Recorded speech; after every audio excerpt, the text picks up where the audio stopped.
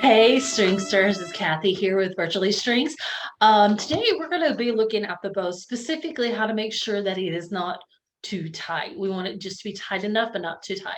All right, so one of the things we want to do is first thing we want to look at is how tight should our thing.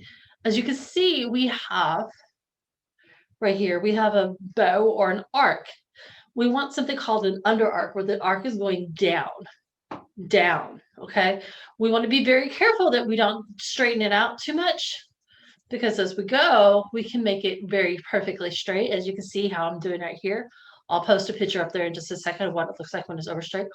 Or if we keep on going, we're going to start seeing how it bows up. So it's an over arc versus an under arc. Okay. So when we see that, we know our bow is too tight. And so we need to actually loosen up our bow immediately to bring down the tension. Just like that. So from here, we want to make sure we have about the narrowest part is no more than a pinky or a pencil width right here. As you can see, yeah, I know I'm touching that hair, but barely. You can see it's too close. So what I would do is I would actually probably just loosen it up for me. Everybody's going to have their individual, whether it's going to be a little bit tighter or looser.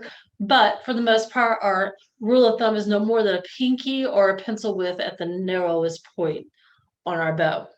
Okay, so hopefully this little short will help you to understand how tight or how loose you need to have that bow when you're playing.